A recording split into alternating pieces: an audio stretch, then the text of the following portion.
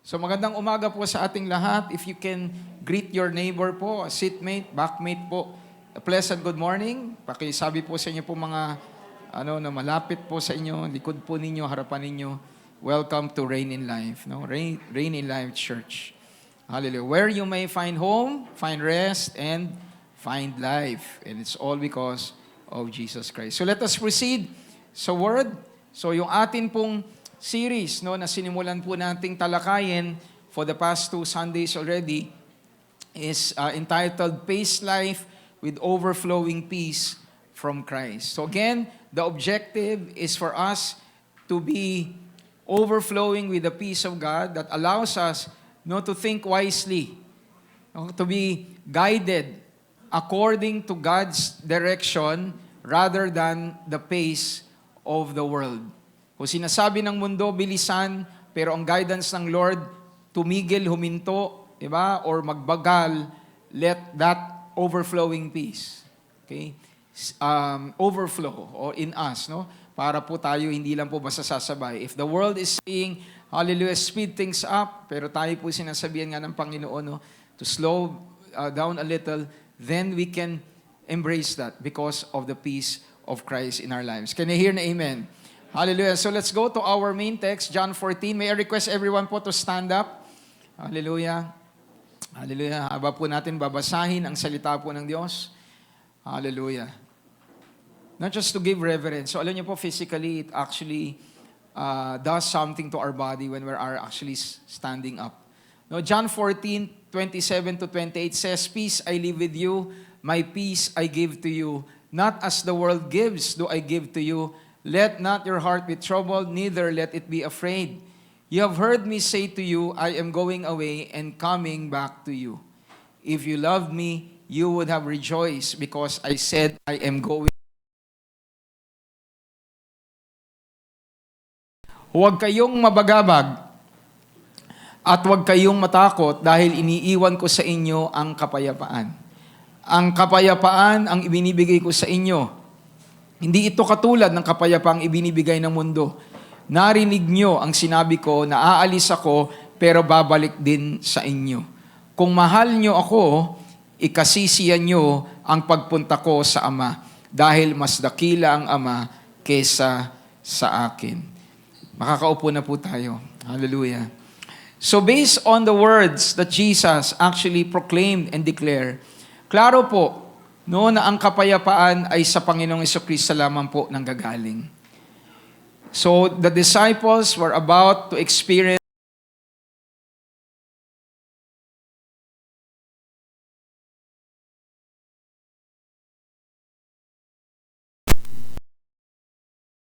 waiting for the time to come back. Ang sabi ng Panginoon, I am giving you peace.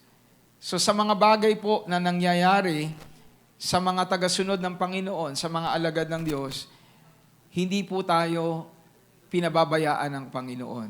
Ang katotohanan, ang kapayapaan niya, ang siyang nag-iingat sa atin. Can I hear an amen? And before we go deeper, I just like to bring this up quickly. Binabanggit dyan ng Panginoon, di ba, sa verse 28. Sabi niya, ikasisiyan niyo ang pagpunta ko sa Ama dahil mas dakila ang Ama kaysa sa akin. Okay, many think that this is a verse that says God the Father. Na ang Diyos, anak, ay mas mababa. There is those that believe na ang Panginoong Jesucristo ay Diyos pero mas mababang uri ng Diyos. Okay. We have to understand the context. That the Father is greater than me. Is he saying that God the Father is greater God?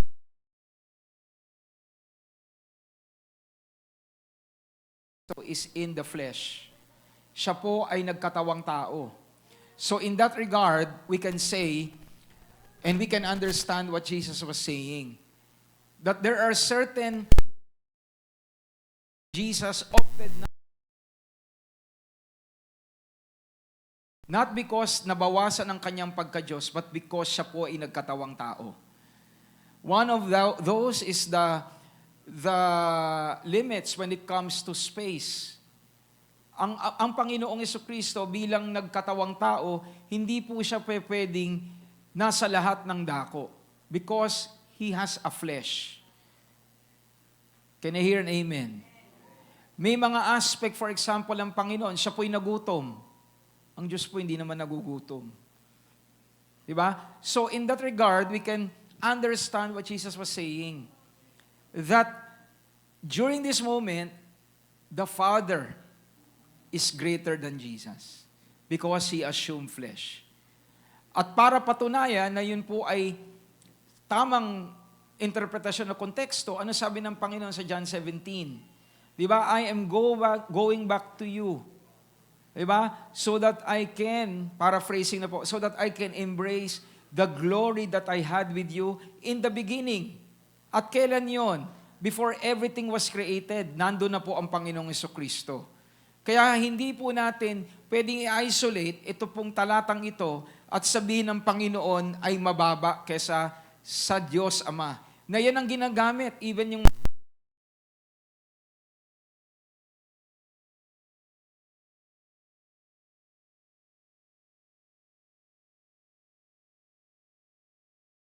understand really what Christ is saying and interpret Scripture by Scripture. Hindi natin ina-isolate ang isang talata at we will build a doctrine based on one verse.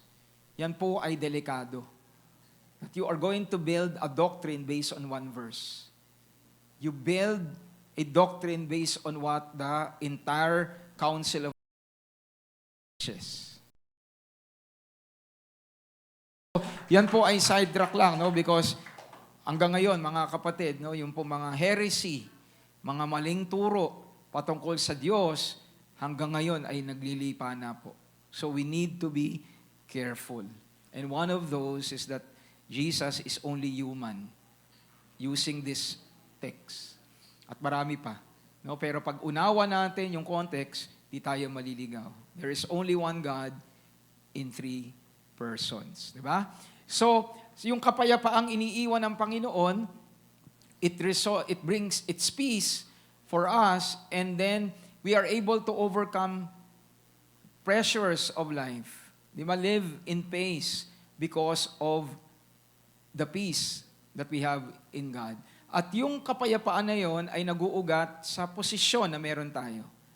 Diba? Yun po ay dahil we have received absolution, which we will cover today.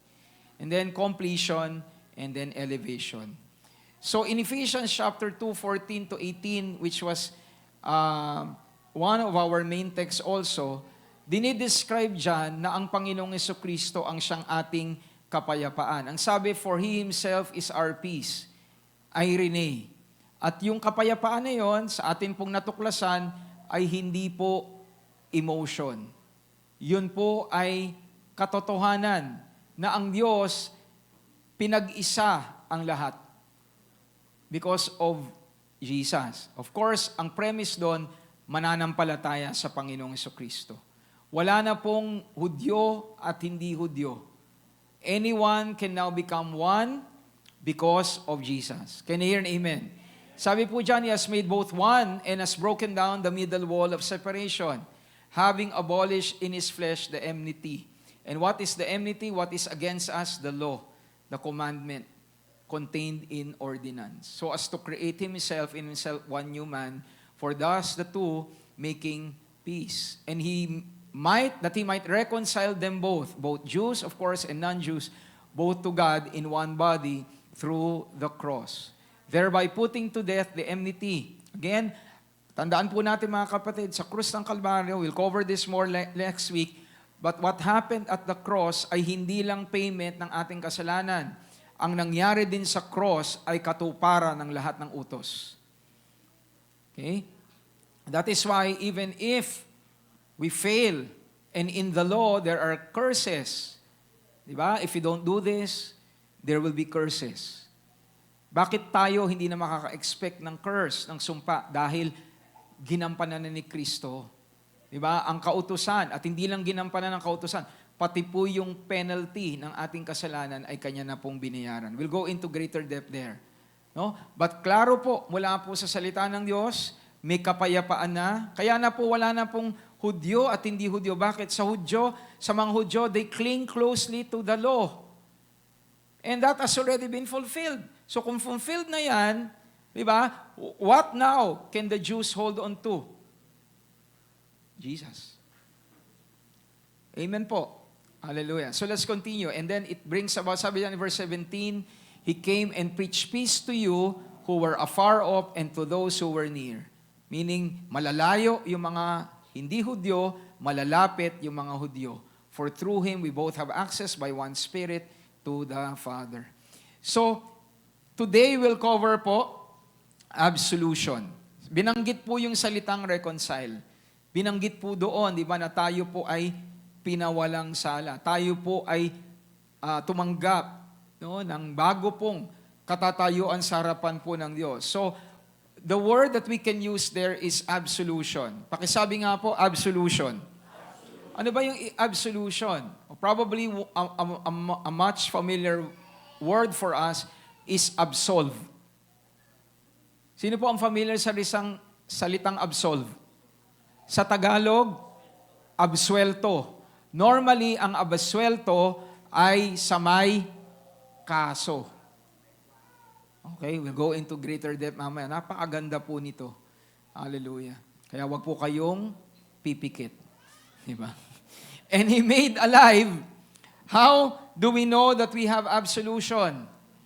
He made us alive before we were dead in trespasses and sin, in which you once walked according to the course of the world, according to the prince of the power of the air. Sa Tagalog po, ang sabi dyan, noong una, itinuring kayong mga patay ng Diyos dahil sa mga pagsuway ninyo at mga kasalanan.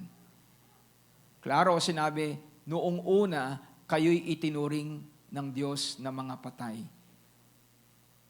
Noong una. Ngayon kaya, patay pa kaya tayo? Patay pa kaya tayo? We are no longer dead, but we are alive. Because of Jesus. So pakisabi sa katabi mo, dati tayong patay, pero dahil kay Kristo, tayo ngayon ay buhay. At ano po ang buhay na patay? Sabi dyan, dahil kayo'y mga patay, at wala ang buhay ng Kristo sa inyo, namuhay kayong mga gaya ng mga taong makamundo. Sakop kayo noon ng kapangyarihan ni Satanas. Tignan mo ngayong katabi mo. Di ba? Aba, sakop ka pala ng kapangyarihan ni Satanas, kaya pala. Di ba? Dati. Kaya pala, yung asawa ko, kaya pala ganun siya. Dahil ang kapangyarihan ni Satanas. Di ba? Ang nasa kanya, huwag kang magmataas dahil ikaw din ay nasa kapangyarihan ni Satanas dati. Lahat tayo. Di ba? Pero dahil sa buhay na ibinigay ni Kristo, tayo po ngayon ay wala na sa kapangyarihan ni Satanas, kundi po nasa kapangyarihan ng Diyos. Amen? Pero dati, balik tanawan natin. Tayo, ang naghahari sa atin ay ang espiritu ng mundo. At siya rin ang espiritong kumikilos sa puso ng mga taong ayaw sumunod sa Diyos. Dati, namuhay din tayong katulad nila. Namuhay tayo ayon sa pagnanasa ng laman at sinusunod natin ang masamang hilig ng katawan na pag-iisip. Sa kalagayan nating iyon, kasama rin sana nila tayo na nararapat parusahan ng Diyos. Sa English po, ang sabi po doon sa latter part, sa verse 3, fulfilling the desires of the flesh and of the mind, and were by nature children of wrath, just as the others. Alam niyo po ba mga kapatid, dati tayo ay nakasalang sa kaparusahan ng Diyos. We are children of wrath. We were destined for punishment. But because of Jesus, we are now alive. We are no longer this type of person. Kaya mga kapatid, I pray that we will be encouraged today by the truth, not by your feelings. Pastor, na-bless ako sa message kasi naramdaman ko yung kagalakan. Naramdaman kayong kasiyahan. Well, that is a good start. Pero I tell you, your emotions sometimes will waver. Pero pag ang tinatayuan natin ay ang katotohanan, magbago man ang iyong damdamin, dahil katotohanan ang atin pong tinatayuan, hindi po yan magbabago. Can we give the Lord a clap offering of praise? So, what is the truth that we can deduce from this? What is the conclusion that we can derive from the text na ating binasa? We were previously dead, but in Christ, we are now alive, which proves absolution from God. We have been absolved from all our sins. Think about yung description ni Pablo. Ang sinusunod ninyo ay ang pita ng laman. Ang sinusunod ninyo, ang kagustuhan ninyo, nasa kapangyarihan kayo ni Satanas. Namumuhay kayo kagaya ng sanlibutan. We were powerless. Amen. We were without the ability to resist sin. But because of Jesus, yung ating pong buhay napatay, sumasang-ayon lamang sa dikta ni Satanas at ng laman, ngayon tayo ay binago. We are now alive. And because you're alive, you are absolved. Ang katotohanan, ang pagiging buhay natin kay Kristo, ang patunay na tayo po ay absolved of our sins. We have absolution. We have absolution. And let us go to the meaning of absolution. Sabi nga natin, absolution. Absolution in the dictionary, this is not a biblical word. No, kagaya po ng naglilipa na ngayon, yung kagaya ng Trinity. Wala daw Trinity. Kasi walang salitang Trinity sa Bible. Hindi naman komot, hindi po sinabi yung salitang Trinity, wala ng Trinity. Very clear, there are so many texts declaring that there is one God in three persons. Hindi ibig sabihin, may Ama, may Anak, may Espiritu Santo, tatlo ng Diyos. Hindi naman ibig sabihin that you believe in God the Father, God the Son, and God the Holy Spirit. Automatic, tatlo ng Diyos. Can I hear an amen? Kaya wag tayong magpapalito, hindi komot, wala yung nga pong salitang Bible, wala naman po sa Bible. So that does mean you do not believe in the Bible because the word Bible is not in the Bible. The word absolution, it is described as the formal release from guilt, obligation, and punishment. Kanina binanggit ni Pastor Mel, absuelto.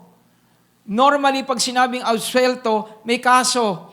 Pag diniklara ng hukuman, absuelto ka, you're absolved.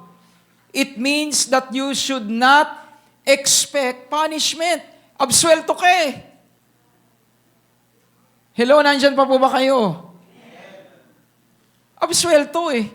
So walang inaasahang bayad sa'yo. Absolution also means the act of forgiving someone of a wrong thing or a sinful act that has been committed. So kung ako ay nagkasala, bawa kay Nanay Weng, at siya po ay nagbigay ng kapatawaran sa akin, ang ibig sabihin nun, she is granting absolution to me. I am being forgiven of the wrong that I have done. Can you hear an amen? At yun ang meron tayo sa Diyos. And lastly, ang center po ng absolution is to removal of sin and the clearance of one's conscience. And I tell you, this is so the work of Jesus. Hindi lang po niya tinanggal ang ating mga kasalanan, kung hindi ang nais niya maging ang ating mga konsensya ay maging malinis. You no longer carry guilt. You no longer carry condemnation because of the blood of Jesus. Can I hear an amen? So based on this, mga kapatid, there should be true peace. Kung sa harapan ng Panginoon, siya mismo ang nagdeklara, Carmelo, you are absolved.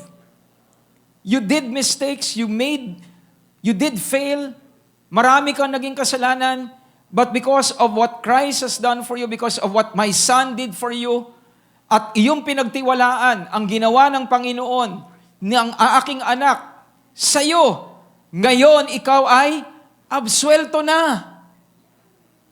Palakpakan muna natin ang ating Panginoon. Hallelujah! And that results to peace. True peace arises when you know that you are absolved by God Himself from all your sins and all the penalties that go with it. Alam niyo po, 3 bagay yan eh. Patungkol sa kasalanan. Una, yung power ng sin. Pangalawa, yung penalty or punishment from sin. And lastly po, eventually, the presence of sin. Kasi habang tayo nandito po sa mundo, there is still exposure to sin. Kaya may mga pagkakataon, di ba, ang isang kahit na po Kristiyano nadadapa. May mga pagkakataon, nagda-doubt. Because we are still exposed to the presence of sin. Can you hear an amen? But that doesn't give us the license to submit to the power of sin. Bakit? Tayo po ay pinalaya na sa power ng sin.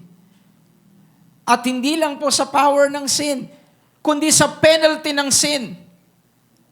Let's look at what we have been discussing about absolve.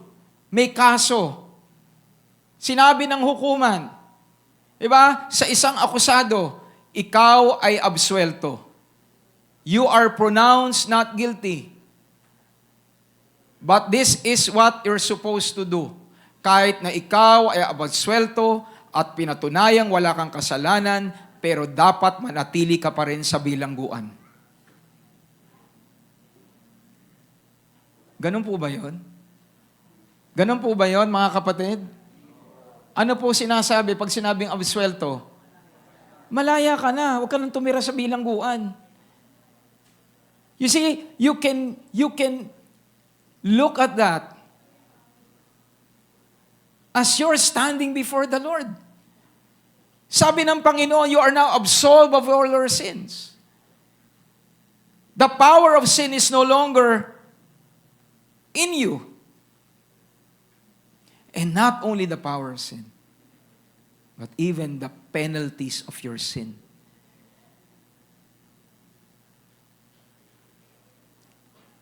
You should no longer expect any penalties when your full confidence is on Jesus. The sad reality that is happening to so many, we put our trust in God and we all believe that we'll go to heaven, be with Him in His presence. And yet so many Christians still live under the penalty of their mistakes. They continue when they fail. Nako, ang Diyos mayroong parusa. Ang Panginoon mayroong curse. Remember, you are absolved from all your sins. Kung sa isang natural na proseso ng hukuman, pag sinabing absuelto, not guilty, that person is free to go. That person can live free. Pero what is happening to so many Christians?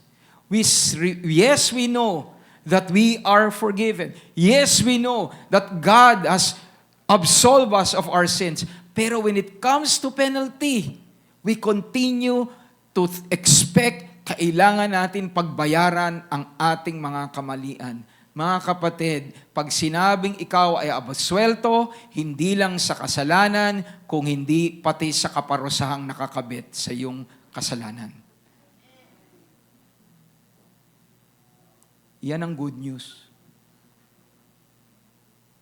That is the true good news.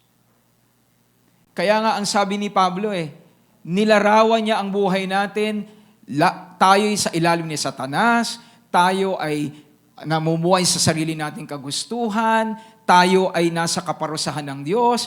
Pero ano nangyari? Nang tayo'y nagtiwala kay Kristo, lahat ng yon nabura.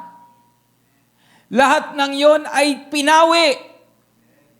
Lahat ng yon ay tinanggal ng Diyos. Kaya ang description ng Biblia, we are no longer dead but we are now alive in Jesus.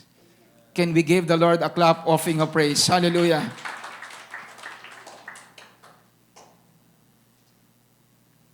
And I would like to emphasize, mga kapatid,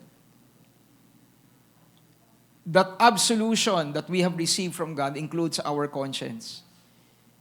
If you have been living in condemnation for the longest time, it's now time for you to totally surrender and live in true peace. Alam niyo po, minsan, may pagkakamali ka at inaasahan mo na hindi ka na qualified sa favor ni Lord. Sa inyong pamilya, meron kang nagawang hindi tama. Naku, hindi na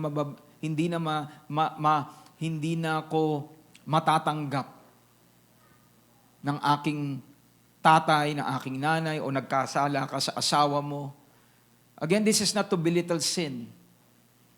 Remember, the grace of God is greater than sin. Where sin abounds, the grace of God abounds even more. Can you hear an amen?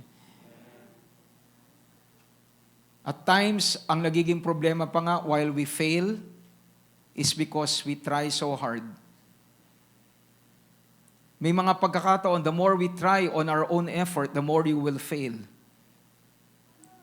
But the more you rest and rely on the work of Christ, the more you will live in righteousness. Can you hear an amen? Because that is who you are. Namumuhay ka na sa katotohanan na kung sino ka. At gusto ko pong idiin yung itong pinag-uusapan natin, you can live free from guilt, hindi dahil ikaw ay naging manhid. Hindi ibig sabihin, ako nabubuhay na ako na as if I did not sin, I did not commit any mistake, kasi namanhid ka na. That is not what we're talking about. You are living in the truth that this is who I am. In Christ. Can you hear an amen? These are not my words. These are the words of God. And this is why He came. Ito ang dahilan kaya po siya naparito para tayo ay mabuhay sa kapayapaan. At pangunahin dyan, mga kapatid, is our standing before the Lord. Na siya ang nag-absuelto sa ating mga buhay dahil sa ginawa ng ating Panginoong Hesus. At ano po ang ugat niyan? We need to go back to the root of it. Ano po ang sabi, dinescribe ni Pablo, binasa natin verse 1 to 3. You are children of wrath. But in verse 4, what did the Apostle Paul said? But despite that you are children of wrath, despite na kayo'y nasa kapangyarihan ni Satanas, despite na kayo'y ang nangunguna sa inyo ay ang kagustuhan ng laman, but God, who is rich in mercy, because of His great love which He loved us, even when we were dead in our trespasses, He made us alive together with Christ.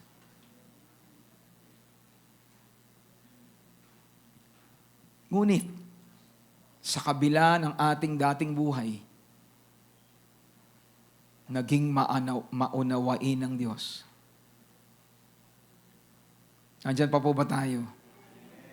At napakadakila ng Kanyang pag-ibig. Para kanino? Sa atin. Na kahit itinuring tayong patay, dahil sa ating mga kasalanan, muli niya tayong binuhay kasama ni Kristo. Think about the church. We are already in Christ. And sadly, this is the truth that many fail to embrace. Mga kapatid, we are already in Christ. Can you hear amen? We can no longer claim life without Jesus. But simply being in Christ, you are now alive. At anong kalagayan natin dati? Tayo'y mga patay. Pero dahil sa pag-ibig ng Diyos at sa Kanyang kahabagan at kaunawaan sa atin, tayo na sa kabila ng mga kalaban ng Diyos, dati, ibinigay niya na si Kristo para sa atin. Amen po. Kaya tayo naligtas dahil lamang sa biyaya ng Diyos. At dahil sa pakikipag-isa natin kay Kristo Jesus, binuhay tayo ng Diyos mula sa mga patay. Kasama na tayo ni Kristo para maghari tayong kasama ni Kristo sa kaharian niya sa langit. Palakpakan ho natin ang ating Panginoon. Think about the transformation that happened to us. We were enemies of God. Di ba para pong minsan, di ba? Pero this is pale in comparison to what we have before God. Minsan kayong mag-asawa o magkapatid, di ba? Nagkasagutan kayo, nag-away kayo, ang tintindi ng mga emotion nyo. Tapos pagkalipas ng 1 minute, nagyayakapan na kayo. Di ba? Parang kanina lang, ang taas sa emotion natin. Galit na galit tayo sa isa't isa. Tapos ngayon, biglang nagdahilan lang. That is what happened to us. Bawa ngayon, ako hindi born again. Yung dinidescribe ni Pablo, si Satanas ang may power sa akin, yung kagustuhan ko, ang Panginoon ay ang sarili ko, ang ginagawa ko, yung gusto ng sanlibutan, yung gusto ng laman, yun ako. Kalaban ako ng Diyos, may kaparosan na nag-iintay sa akin mula sa Diyos. Ganon ako ngayon. Pero the moment that I opened my life to the gospel and trusted my life in Jesus, lahat ng yon nabura. Bilang kaaway ng Diyos, ako ngayon ay anak na ng Diyos. Ako na ngayon ay kaibigan ng Diyos. Na dati ang Panginoon ko'y sarili ko, ngayon hindi na. Ang Diyos na ang naghahari sa akin. Dati ako ay nasa kadiliman, pero ngayon ako'y nasa liwanag. At mananatiling nasa liwanag, dahil in the first place, ang liwanag na yon ay hindi bunga ng gawa ko. Ang liwanag na yon ay dahil kay Kristo. Can we give the Lord a clap or finger praise? Sige po, malakas sa palakpak para sa ating Panginoon. That is absolution. Hallelujah. So, if the basis of our absolution is the mercy and grace of God, brothers and sisters, if you fail, if you stumble, we remain at peace in what He already did and what He has already proven. Ano ibig sabihin yan? Kung bago pa nga tayo kumilala sa Panginoon, ibinigay niya na yung sarili niya. Nahabag na siya sa'yo. Nahabag na siya sa akin. Ngayong ikaw ay nagkamali, ngayong ikaw ay nadapa, manatili ang kapayapaan ng Diyos. And this is not to say that it is okay to sin, but for you to lose peace and to think that your relationship with God ay nagkakalamat because of your mistakes. Mga kapatid, that is not genuine peace. What genuine peace looks like is that even if you stumble, even if you fail, even if you commit sin, the grace of God settles you. Bakit po? Lahat ng meron tayo, ang Diyos ang nag-initiate. Kuya Chris, tinanong po ba kayo ng Diyos na gusto mo bang mamatay si Jesus para sa'yo? Tinanong po ba kayo ng Diyos bago siya nagpunta sa cross? Pia, ikaw tinanong ka ba ni Lord? Pia, gusto mo bang mawala sa kasalanan? Gusto mo bang mapako ang aking anak sa cross? Tinanong ka ba? Han? Sino po dito tinanong ni Lord? Nanghingi po ba ng pahintulot ang Diyos sa atin? Siya po lahat ang nag-initiate. Nandyan pa po ba kayo? Everything was initiated by God. Despite of the possibility that many will resist Him. Because ang katotohanan, hindi lahat ng tao kikilala sa Diyos. That is what is written in the Scripture. Although nais ng Diyos lahat ng tao ay maligtas, Kaya niya ibinigay ang sarili niya para sa lahat. Pero alam din ng Diyos, maraming tao ang hindi kikilala sa Kanya. Pero sa kabila nun, ibinigay niya ang buhay niya sa atin. Tapos tayo ngayon na nagtitiwala na sa Panginoon, nadapa tayo, nagkamali tayo. We live in condemnation, we live in guilt. Again, this is not to belittle sin. But let us not put sin sa pedestal na kung saan ang thinking natin, pag tayo'y nagkasala, wala nang pag-asa. Mga kapatid, the power of God's absolution affects your life. At ang totoo, kaya maraming Kristiyano ang patuloy nagkakasala, nagkakamali, dahil ang inaakala natin hanggang ngayon, nasa power tayo ng sin. We are no longer under the power of sin. Jesus, God the Father, and through the Holy Spirit, all together they proclaim to us, we are absolved of our sins. Can we give the Lord a clap offering of praise? Hallelujah! Pakisabi nga sa katabi mo, ikaw ay inabsuelto na sa lahat ng iyong mga kasalanan. Again, hindi po pwedeng sabihin ng hukuman, wala kang kasalanan, pero kailangan kang tumira sa bilangguan. Walang ganon. Can I hear an amen?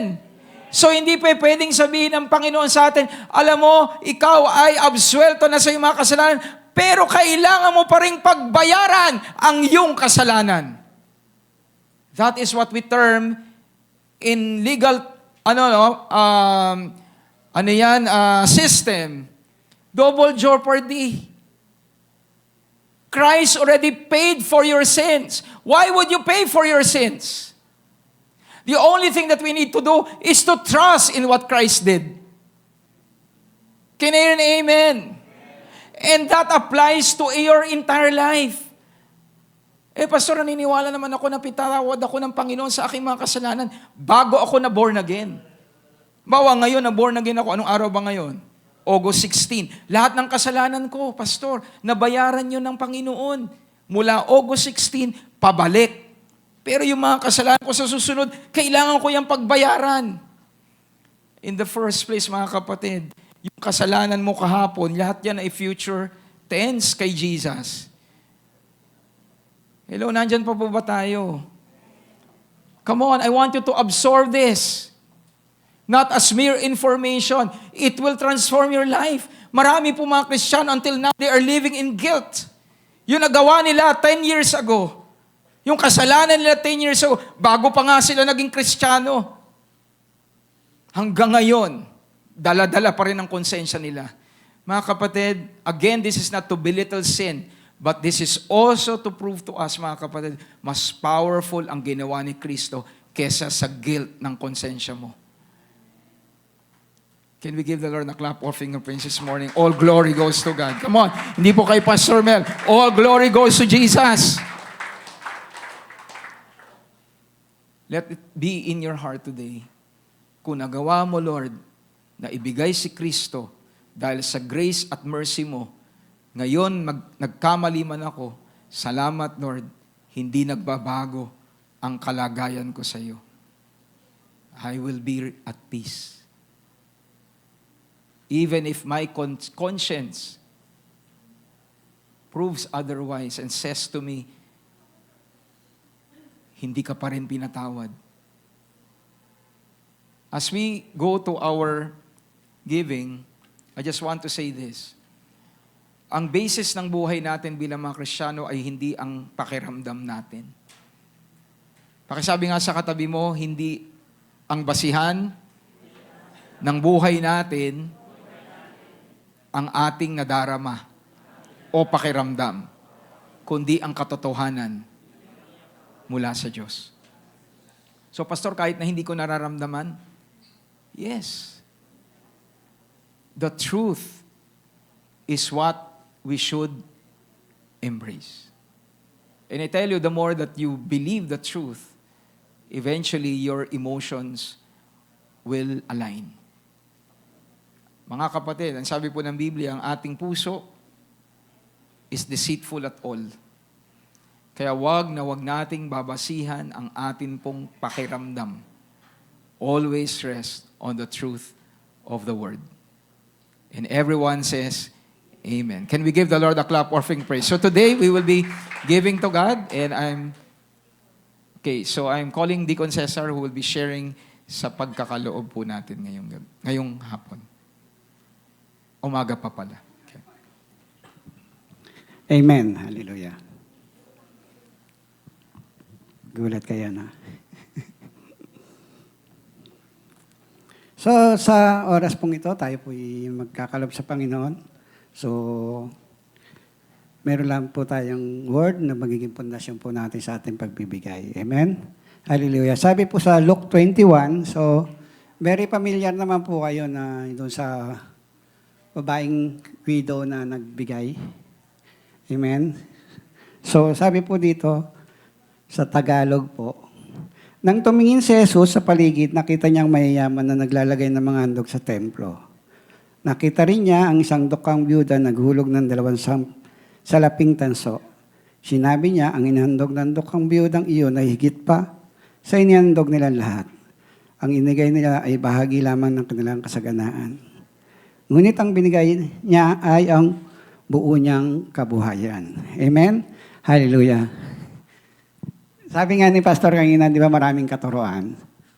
Di ba? Na marami po kasi nagtuturo ngayon na pag di tayo nagbigay, pag di ka nagbigay, pag hindi ka nagbigay ng offering mo, ng ikapo mo, ikaw ay hindi pagpapalain. Ikaw ay parang maghihirap, susumpa, dahil hindi ka nagbigay. Amen. Marami pong ganyan na nagtuturo. Nananakot sila. Meron naman po yung mga ibang pastor na sabi nila, sa panahon ngayon, kahit hindi na tayo magbigay, kasi mayaman naman ang Diyos natin. Totoo po, mayaman ang Diyos natin. Pero bakit po nasusulat sa Bible na kailangan pa rin po natin magbigay at maghandog sa Kanya ng ating mga ikapo? Bakit po? Alam niyo po, ako po ay isang tatay. Isa rin akong ama ng 2 gwapong lalaki. Amen. Siyempre po, kanino magmamana? Sa nanay. Amen. So, yung 2 ko pong anak, nagkagalak po ako kasi buhat po nang nagtrabaho po sila, praise be to God, dahil nag-commit po sila ng amount na to share para po panggastos namin, pangano namin sa araw-araw. So, salamat sa Panginoon dahil every time na sumasahod sila is binibigay nila yung kinumit nila. Amen? At sabi nga, dapat hingi mo pa yung iba pa para Sabi ko, hindi. Kasi yung sinabi nila, yun lang. Yung the rest is kanila na yun. Bahala na sila doon. Kaya nga ngayon, puro bili sila. Sabi ng nanay, ano ba yan? Bili ng mga gamit, ng mga damit. Ang dami nang. May pambili na sila eh. Di ba? But ang points ko, yung kinumit nila is talagang binibigay nila. Amen? At on my part is, pag ba hindi sila nagbigay, hindi ko na sila papakainin. Diba? Pag ba hindi sila sumunod doon sa kinumit nila, lumayas na kayo dito. Diba? Hindi. Kasi mga anak ko sila. Even na hindi sila sumunod, still anak ko pa rin sila. Still, yung pangangailangan nila is nasa isip ko pa rin. And sa abot ng aking makakaya, ibibigay ko. Amen? But, di ba, sa isang ama, na yung pag-anak mo ay sumusunod, it's a napakalaking kagalakan. Amen? Ganon din yung ating amang Diyos. Di ba? Tinuturuan niya tayo magbigay, hindi dahil gusto niya, hindi dahil kailangan pahirapan ka niya, hindi. Tinuturuan ka niya magbigay dahil gusto niya makita yung puso mo na handang sumunod sa Panginoon. Amen? Kaya sa ating pagbibigay, hindi po yung, magbibigay ako dahil kailangan ko ng pagpalain. Kailangan ko sumagana. So, kailangan natin magbigay dahil tayo mga anak ng Diyos na handang sumunod sa pinag-uutos niya. Amen? Ang Diyos is nakatingin hindi sa ating mga itsura, sa ating mga gawa, kundi nakatingin siya sa puso natin na handang sumunod. Amen? Hallelujah. Tayo po'y manalangin. Hallelujah, hallelujah. Salamat po aming amang Diyos na sa oras na ito, Panginoon, kami pribileyo makapagbigay sa iyo, Panginoon. Yes, Lord, lahat ng bagay ay sa iyo. Lahat ay sa iyo. Ikaw ay mayamang Diyos. Kung tutusin, Lord, di mo na nga kailangan yung ano yung ibibigay namin. Dahil sa iyo, Panginoon, walang imposible. Makapangyarihan ka. But, hallelujah. Nais mo, Panginoon. Nalulugod ka, nagagalak ka. Pag yung mga anak mo, nakikita mong sumusunod sa mga utos mo, sa kalooban mo. Kaya Lord, sa oras na ito, hayaan mo, Panginoon, na kami magbigay, Panginoon, ayon sa iyong kalooban, Panginoon. Ayon sa nais mo, ayon sa utos mo, Panginoon. Hallelujah. At alam namin, Lord, ito'y magiging cause ng kagalakan sa iyong puso, O God. Hallelujah. Lord, salamat po, Panginoon. Dahil alam ko, Lord, patuloy mo kami pinagpapala. Lahat ng aming mga pangangailangan, you provide, Panginoon. Kahit hindi nga kami humingi, Panginoon, nilalaan mo na at binibigay mo na ito sa amin. Kaya maraming salamat po, aming amang Diyos. Tanggapin mo po ang aming kaloob, ang aming mga kaikapo, aming mga offering, Panginoon. Magamit, Panginoon, ng iglesia mo ito na rin in life para sa iyong kapurihan, para sa iyong kalawalatian. Patuloy ka namin pupurihin, luluwalatiin. In Jesus' name we pray. Amen and amen. So magpagbigay po tayo. Thank you po, Deacon Cesar. So tayo po ay magkaloob ng may kagalakan. So in line with our anniversary, okay, which is happening on September 6, a few announcements lang po. Tickets are available. Lagi po natin sinasabi, yan po ay limited slots lang po at lahat po ng invited ninyo ay kailangan po ninyong i-sign up sa atin pong Google Form para po ma-reserve po yung slots nila. Parang aatin lang sila sa kasal, RSVP, so that when they go there, they are allocated already a seat. Sa lahat po ng kukuha ng shirt, available po yan if you can give po at least 100 pesos as down payment. Okay, the t-shirt cost ay 350. Yan po ang, kung magkakaroon man ng sobra, i-announce lang po natin. But right now po, 350 po ang atin pong pinaparehas na lang po natin. Doon po sa dati pong camp t-shirt na cost. And aside from that, okay, we want you to participate. Lahat po. Sino po dito ang kino-consider po nila na sila po ay part ng Reign in Life? Pakitaas po ang inyong mga kamay. Amen. So, all those that raised up their hands, we are, expecting, for lack of better term po, that we will all participate sa ating pong anniversary. We're having the Seeds of Grace Sowing. Sa panahon po na tayo'y papasok po sa 2 dekada, tayo po ay ini-encourage ng Lord na magtanim ng higit sa atin pong nakasanayan. So ito pong Seeds of Grace Sowing will be a memorial offering that you will plant in God's kingdom. So meron tayong mga regular na tithes, di ba? Meron tayong regular na offerings. But this time, we are being called by God to come together and sow something extraordinary. Meaning, above from what we normally give. Okay, so meron po tayong choices. Yung pong form ay nandiyan po. Hallelujah. You can either support 20, 200, 2,000, 20,000, or even 200,000. Kung gusto niyo pong 2 million, it's up to you. No, wala pong imposible. No, if that is what the Lord is leading you to do. But this time, we are believing for at least setting an amount po of 200,000, no, as something that we will remember. Nang bawat isa sa atin, whether nagbigay ka ng 20, nagbigay ka ng 40, which is 20 times 2, gusto mo magbigay ng 600, which is 200 times 3, regardless po, no, if we can come up with that amount, that is something that this church commits for the Lord's use. Palakpakan naman ho natin ang ating pong Panginoon. So, pray for it. Di ba? Don't just casually give.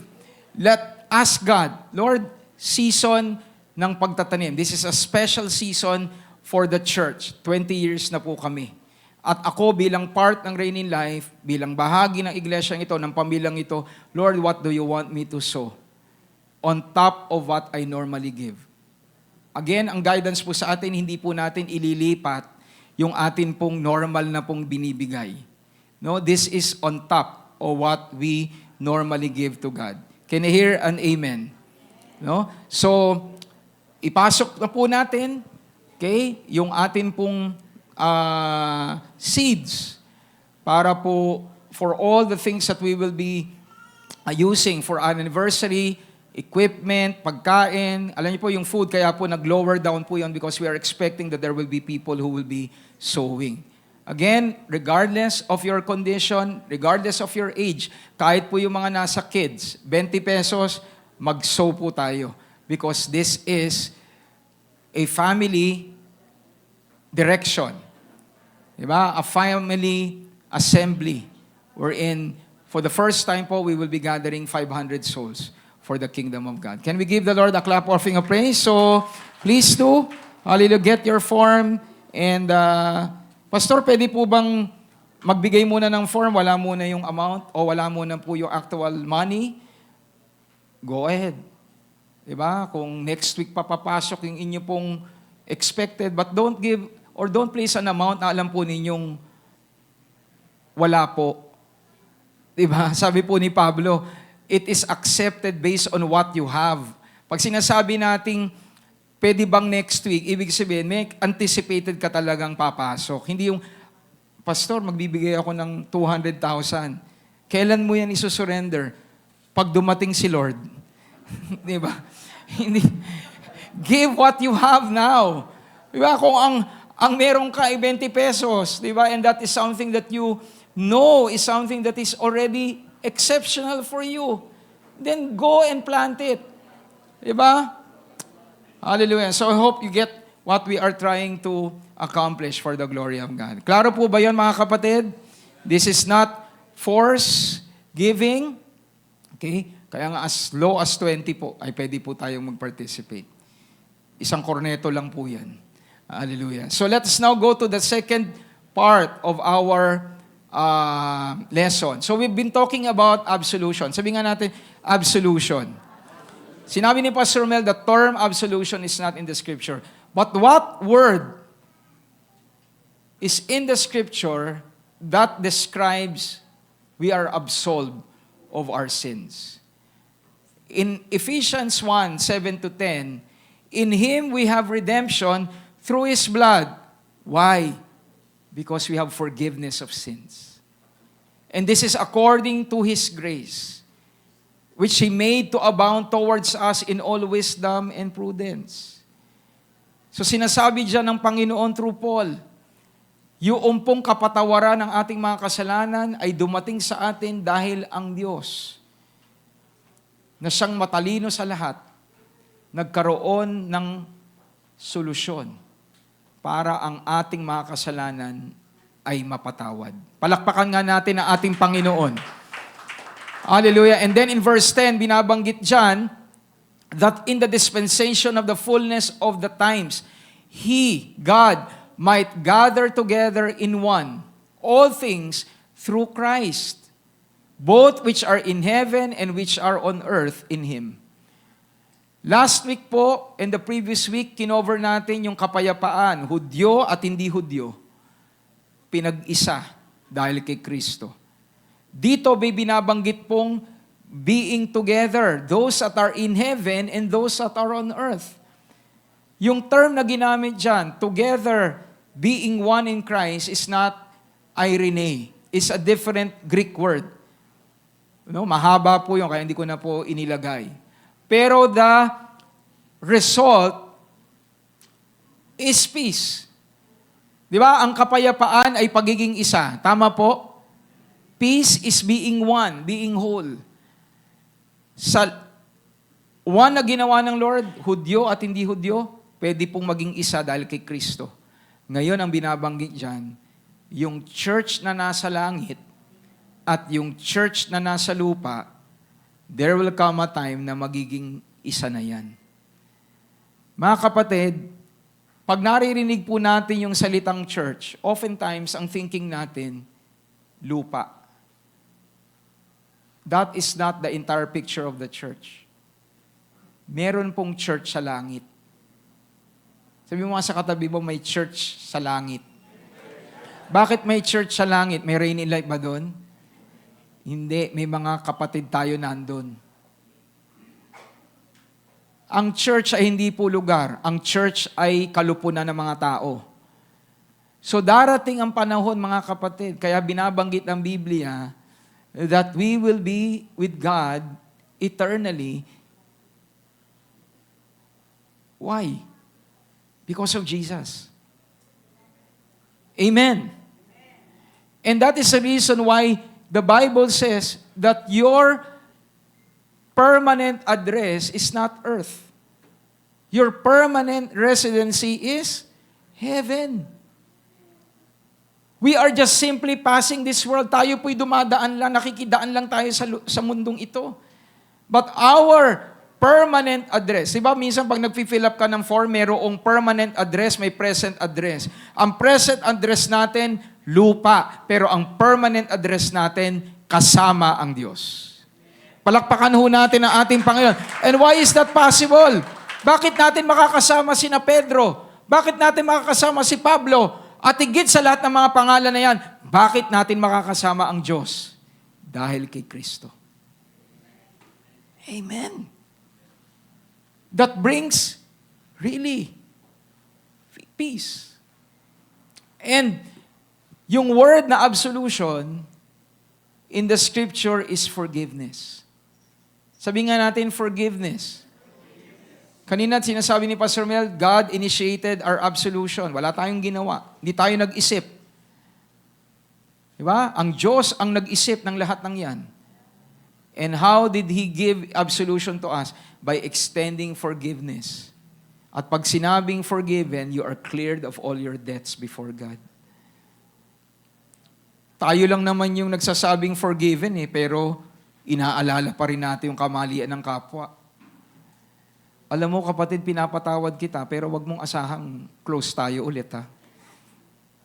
Diba? Ganyan po ang definition natin ng forgiveness. That is not the way God forgives. When He said, I give you forgiveness, all your debts are no more. All your sins are wiped away. Can we give the Lord a clap offering of praise? Let's go to the Word. Wag na po tayong magpunta sa opinion. What does the word forgiveness truly mean? In Greek, it means aphesis. The word forgiveness, sabi po doon, we have redemption through the blood of Jesus. In Him, we have forgiveness of sins. We have aphesis. What is that? Deliverance. We have forgiveness. We have liberty from sin. We have remission from sin.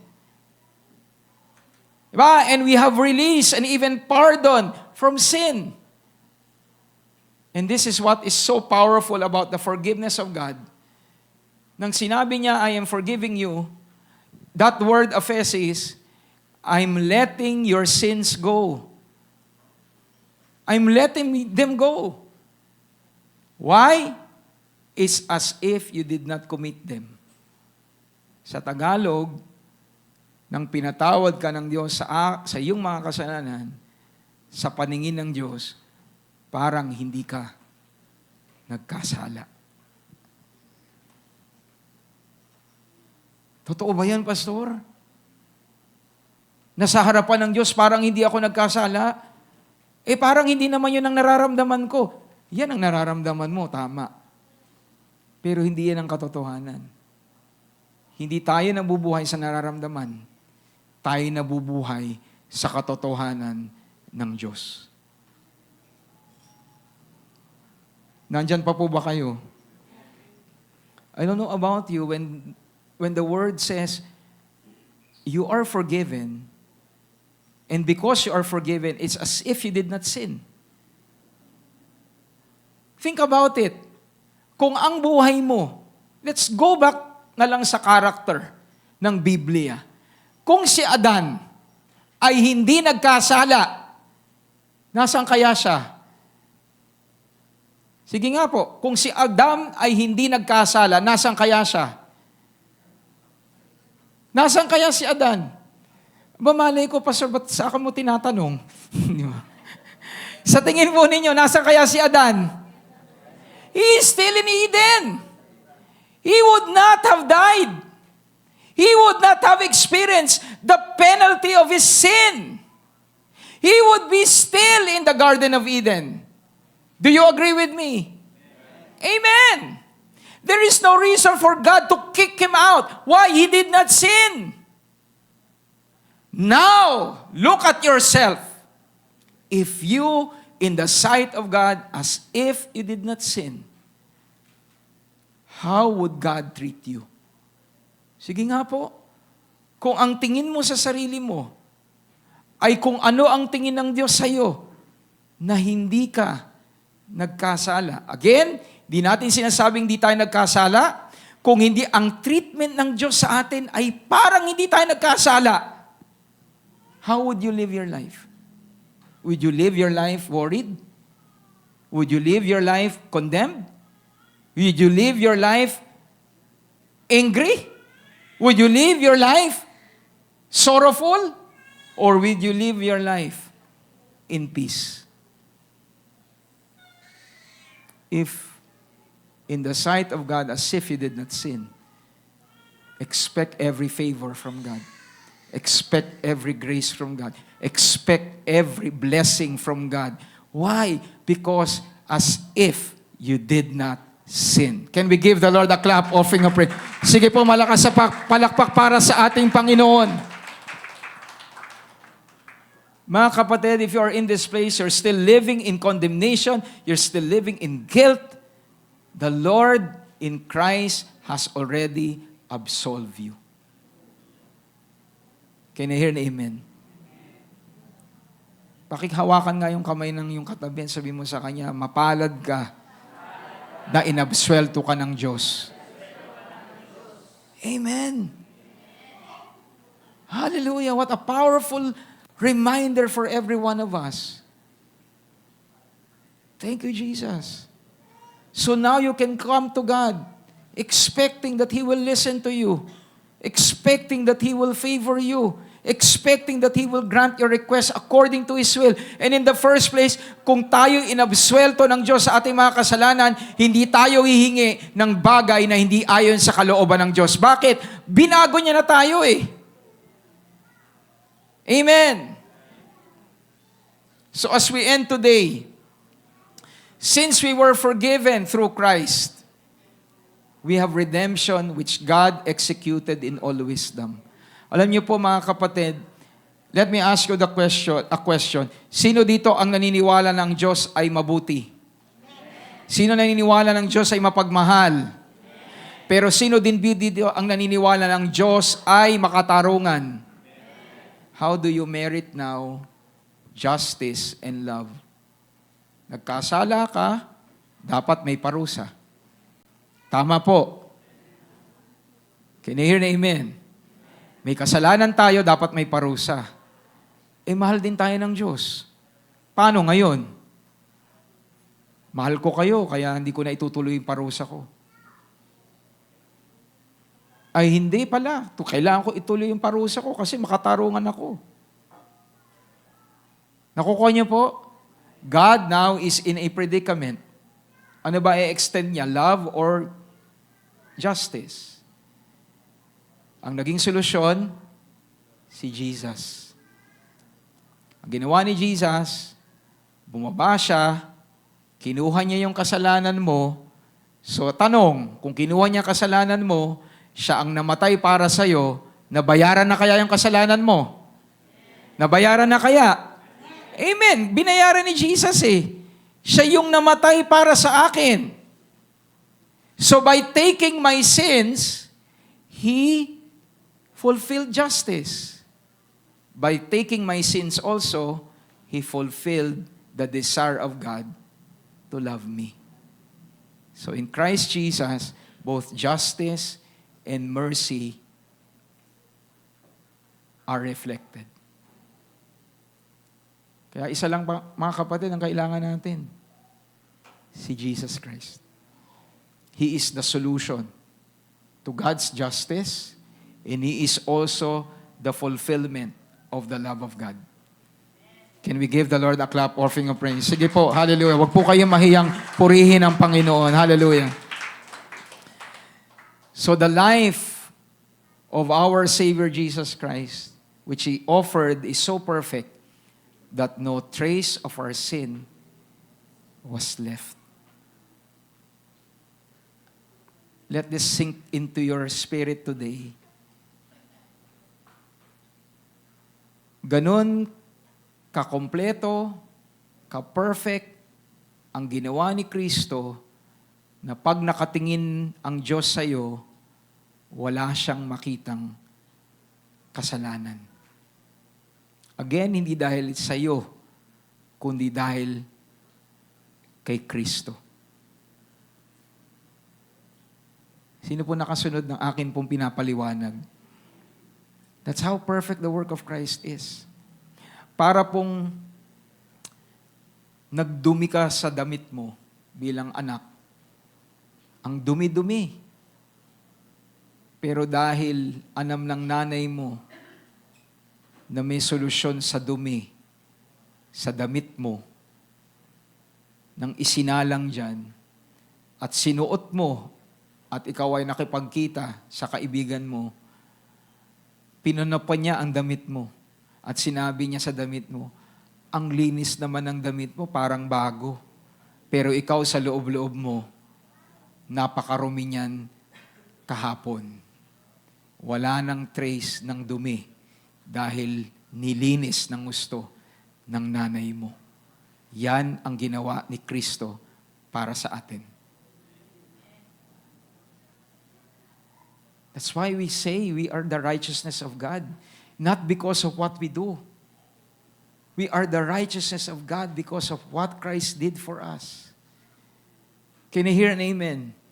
That is the true meaning of absolution. Muli po, pakisabi sa katabi mo, ikaw, dahil kay Kristo, inabsuelto sa lahat ng iyong mga kasalanan. So makakakain po ba tayo ng maayos ngayon? Of course, iba ang saya kayang kumain nang alam mong wala kang kasalanan.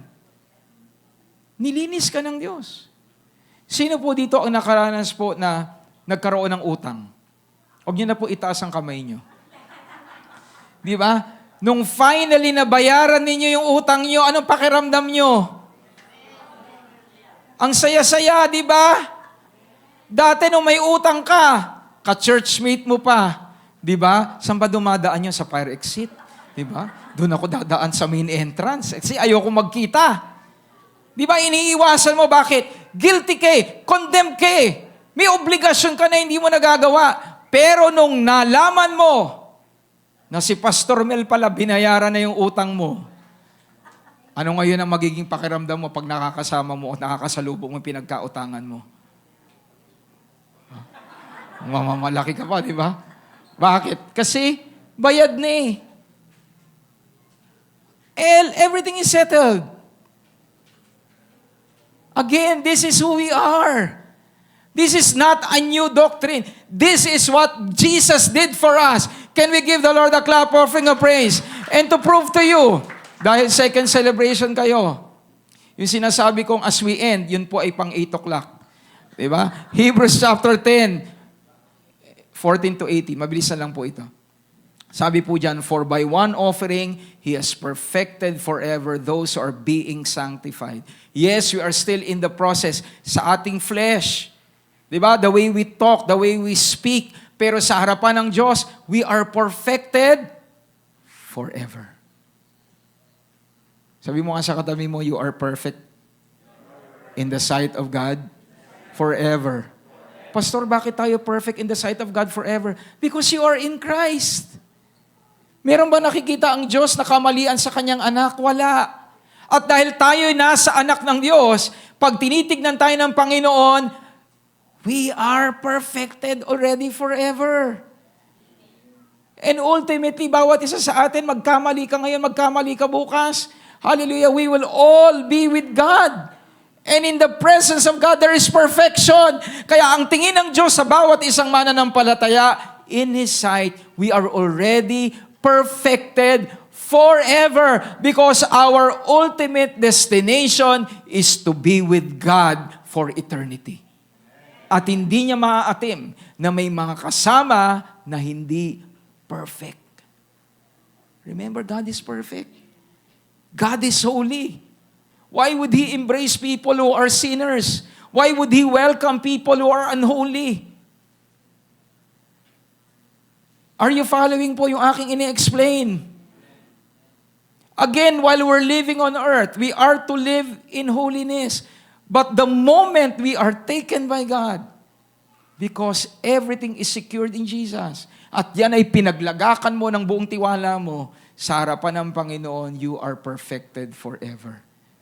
At hindi dyan natapos. The Holy Spirit also witnesses to us that after He said before, this is the covenant that I will make with them after those days, says the Lord. I will put my laws into their hearts, and in their minds I will write them. And then He adds, ano po dinagdag?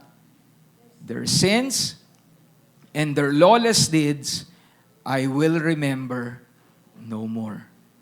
Now, where there is remission of this, meaning sins, there is no longer an offering for sin.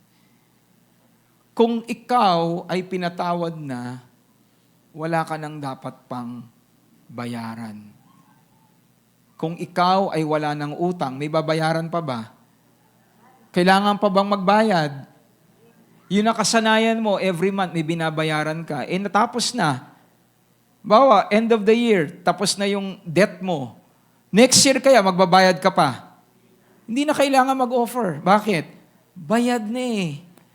Kaya po yung paghahandog na ginawa ni Kristo, wala na po nangyayaring paghahandog ngayon. Tama po ba? That means that you are forgiven. At hindi lang basta forgiven, your sins and your lawless deeds, I will remember no more.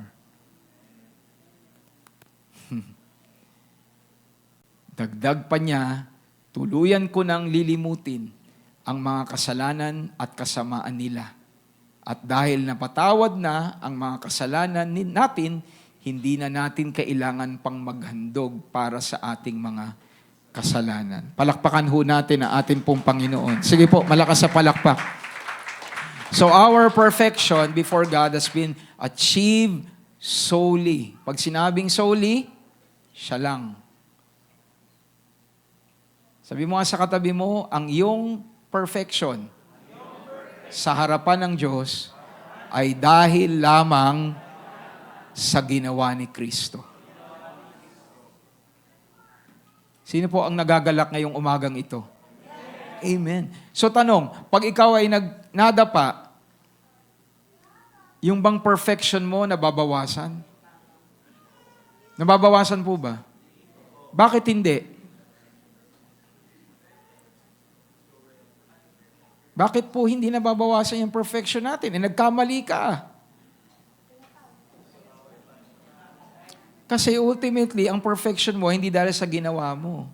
Ang perfection mo ay dahil sa ginawa ni Jesucristo. So are we going to say then, sige na, perfect ka naman, magkasala ka na. Why would that be your life? Perfect ka na eh, ba't ka pa babalik sa dati mong buhay? Alam niyo po mga kapatid, alam niyo po, ano po ba nauna, manok o itlog? Alam niyo, hanggat hindi po ninyo alam, di ba, kung ano nauna. Why am I saying that example? Hanggat hindi resolved sa inyong isip kung bakit kayo at bakit tayo tinatanggap ng Diyos at hindi dahil sa ginagawa natin, patuloy kang mag-a-aspire o patuloy kang mag-e-exert ng effort na maging perfect. You're trying to achieve perfection na ibinigay na sa atin ng Diyos.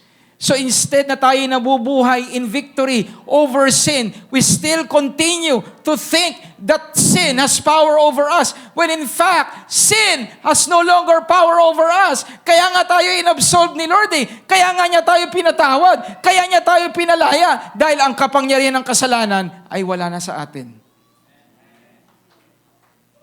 Can you hear an amen? Eh, Pastor, bakit pa ako nagkakamali? Kapatid, change your mind. You no longer need to give in to temptation. You no longer need to say yes to the dictates of the world. That is no longer you. Can you hear an amen? So be mindful of what goes in your mind. For the Holy Spirit came to remind us of our forgiveness, not of our sin. Sabi mo nga sa katabi mo, the Holy Spirit lives in you to remind you of your forgiveness and not of your sin. Ay, Pastor, bakit pag nagkasala ako, parang nalulungkot ako? Alam niyo po kung bakit? Because that is not aligned to who you are.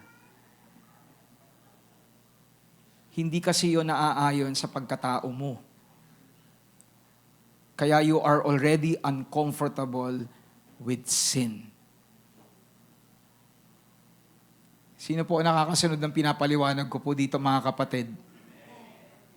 Kung meron man nagpapaalala sa kasalanan mo, walang iba yon kung hindi ang asawa mo. Di ba? Ang kapwa mo. Di ba? Ang nasa paligid mo, yan ang nagpapaalala sa kasalanan mo. Pero ang nagpapaalala sa kapatawaran ng kasalanan mo ay walang iba kundi ang Holy Spirit. Palakpakan nga natin ang ating Panginoon.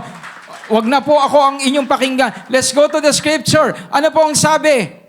But the Holy Spirit, sabi nga natin, Holy Spirit, witnesses to us. And what does the Holy Spirit witness? I will put my laws into your heart, into your mind. I will write them, and then he adds, your sins and your lawless deeds, I will remember no more. Sino po nagpapaalala nun? Ang Holy Spirit. Eh, Pastor, bakit I feel guilty? It's not the Holy Spirit. It is your conscience. The Holy Spirit will convict you that what you did is wrong and it is not aligned with your identity, but not to condemn you, but for you to turn away from that wrong thing that you did dahil hindi yan ang iyong buhay na. Can I hear an amen? So in conclusion, mga kapatid, what should this bring to us? If we have been forgiven, absolved of all our sins, let this be our action point today. Therefore, as God's elect, holy and beloved, put on tender mercies, kindness, humility and meekness, long-suffering, bearing with one another and forgiving one another if anyone has a complaint against another, even as Christ forgave you, so you also must do. But above all these things, put on love, which is the bond of perfection. And let the peace of God rule in your hearts, to which also you were called in one body, and be thankful. Basahin po natin sa Tagalog. Kaya bilang mga banal at minahal o minamahal na mga pinili ng Diyos, dapat kayong maging mapagmalasakit, maganda ang kalooban, mapagpakumbaba, mabait, at mapagtiis. Magpasensyahan kayo sa isa't isa at magpatawaran kayo kung may hinanakit kayo kanino man. Dahil pinatawad din kayo ng Panginoon. At higit sa lahat, magmahalan kayo dahil ito ang magdudulot ng tunay na pagkakaisa. Paghariin ninyo sa inyong mga puso ang kapayapaan ni Kristo, sapagkat bilang mga bahagi ng iisang katawan, tinawag kayo ng Diyos upang mamuhay ng mapayapa. Dapat din kayong maging mapagpasalamat. As we conclude, ano pong sabi ni Pablo? Nakatanggap kayo ng kapatawaran mula sa Diyos is as if you did not sin. Hello, nandiyan pa po ba kayo? We spent so many minutes discussing what is absolution and forgiveness. Is as if you did not sin. Ano po sabi ng Lord? Extend that same forgiveness to others. Look at someone who failed you, someone who wronged you, as if that person did not make a mistake.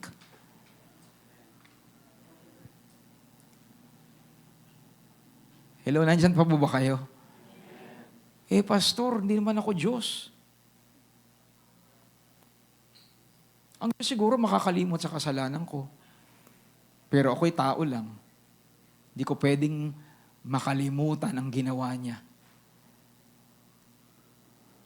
That is a wrong mindset. Kaya kanina, I mentioned, be careful with what goes on to your mind. Alam niyo po, when I was preparing this message, the Holy Spirit reminded me, when it comes to your sins, when it comes to my mistakes, we come to God and say to Him, Lord, salamat po, pinatawad mo ang kasalanan ko. Pero ang kasalanan ng iba, hindi natin malimutan.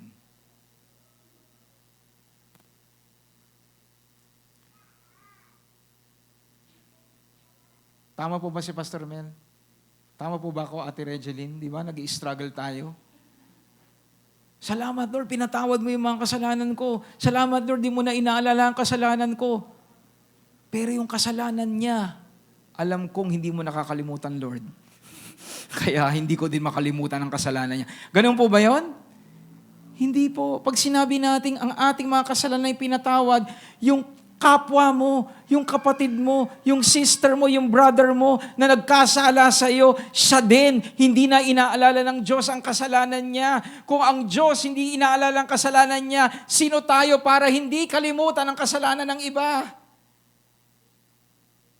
O di ba lahat tayo natahimik? Mga kapatid, be careful with what enters to your mind. You have grace, extend it also to others. Extend grace to yourself.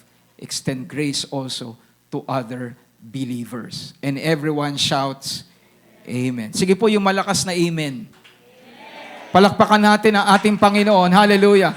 The truth is, mga kapatid, we can only live out the peace of Christ when we forgive those who wronged us. How? Through the forgiveness that God extended to us. We cannot afford not to forgive. Why? Because the moment that we do not extend mercy, you are putting yourself under the law. You're putting yourself under the old covenant that demands performance from you. And I tell you, you are in a shaky ground. Alam niyo po kung bakit kailangan nating magpatawad? Because of grace. The moment that you hold grudge towards someone, you're saying to yourself, that person is not qualified. He did something wrong. He has to pay. If that is your treatment of other people, you're indirectly telling God, treat me the way I treat my brothers. And I tell you, no one will be able to stand before God when He looks and treats us under law. Can you hear a big amen? Kaya sa araw na ito, if you're holding on, if I am holding on to pain, to resentment, release it. Look at people as if they did not make any mistake. Mahirap, pero hindi imposible. Because Jesus did it also towards us. Can we give the Lord a clap offering our praise? Hallelujah. So, we have peace based on our position in Christ, based on our absolution, completion, and elevation. And everyone shouts, Amen. So, mamaya po sa growth group po, this is what I want you to go through. What did you learn about your absolution in Christ that brings overflowing peace? And how can you live out your forgiveness in Christ and extend it to others? Mga kapatid, we are here to be transformed by God. At times, it's going to be challenging, I know. Pero remember, we are no longer under the power of sin. We are under the power of the grace of God. Okay? So let's have communion. Thank you, Jesus.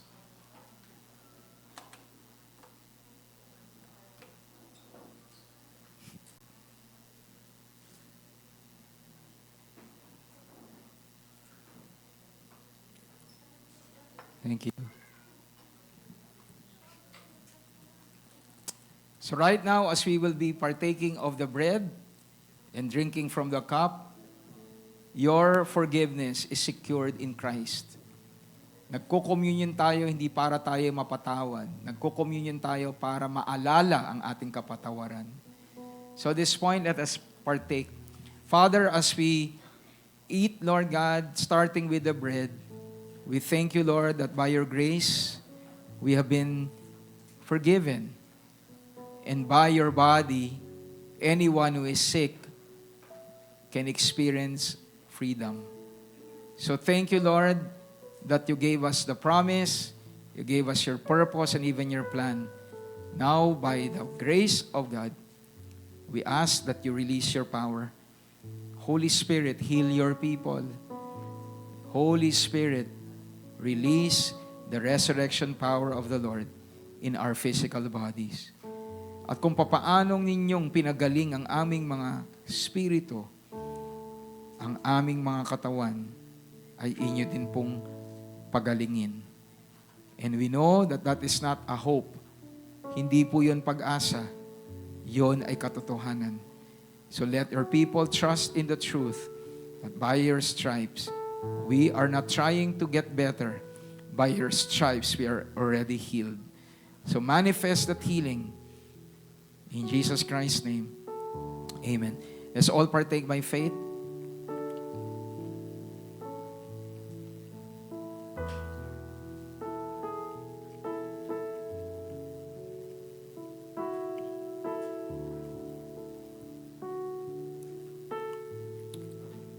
Thank you, Lord.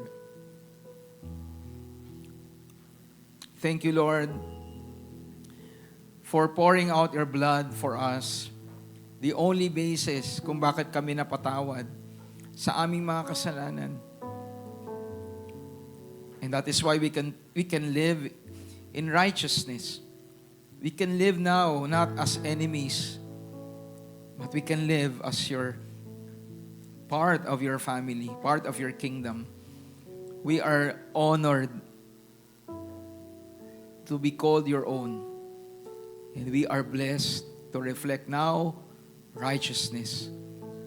You have given us that gift. So thank you, Lord, for today. By your blood, we are forgiven. In Jesus Christ's name, amen. Let's all partake by faith. Thank you, Jesus. At this point, let's all rise up and we will enter into worship and praise. So let us be reminded, lahat ng ating po na pag-usapan ay dahil ang Diyos po ay tapat. We will sing this song, an old song that we've been singing before, declaring how faithful God is. If you have joined Reigning Life and you're not familiar with this song, hallelujah, learn it from your heart. Kahapon po sa Spark, one thing that the Holy Spirit taught us and reminded us is our tongue. The Lord desires that our tongue yield to God.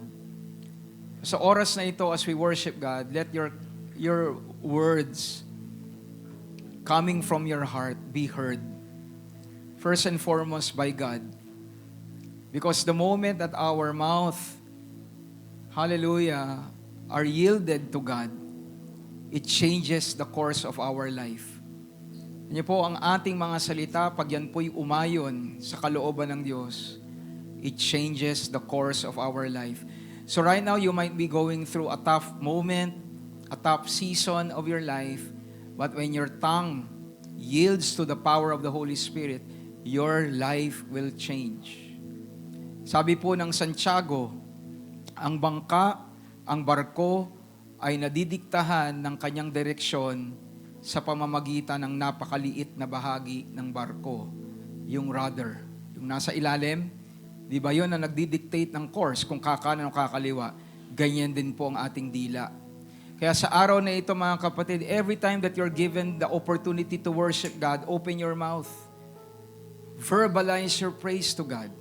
Pastor, hindi ko nararamdaman. Allow the Holy Spirit, di ba, to move in your heart. That eventually, your heart will be right. Di ba? And you will proclaim and confess what the Lord wants to hear. He is not controlling your speech, but He desires that you yield your tongue to Him. So lahat po ba tayo ay ready po na sumamba sa Panginoon? If you don't know the song, listen to it, and then you jump into the chorus. Oftentimes sa kanta, yung chorus po ay nagiging paulit-ulit. Open your mouth and sing, and let the Lord's victory rise up from within us. Amen? Let's sing this song, What a Faithful God We Have. Praise you, Lord Jesus. You are faithful, Lord God.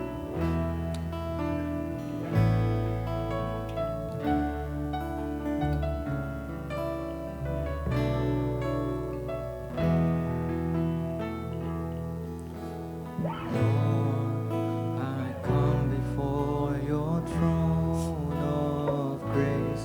I find rest in your presence and fullness of joy. In worship and wonder I behold your face, singing what a faithful God have I. What a faithful God have I. What a faithful God. What a faithful God have I. You're faithful in every way. Can we sing it from the top? Lord, I come before your throne of grace. Lord, I come before your throne of grace. I find rest in your presence and fullness of joy. In worship and wonder I behold your face, singing what a faithful God.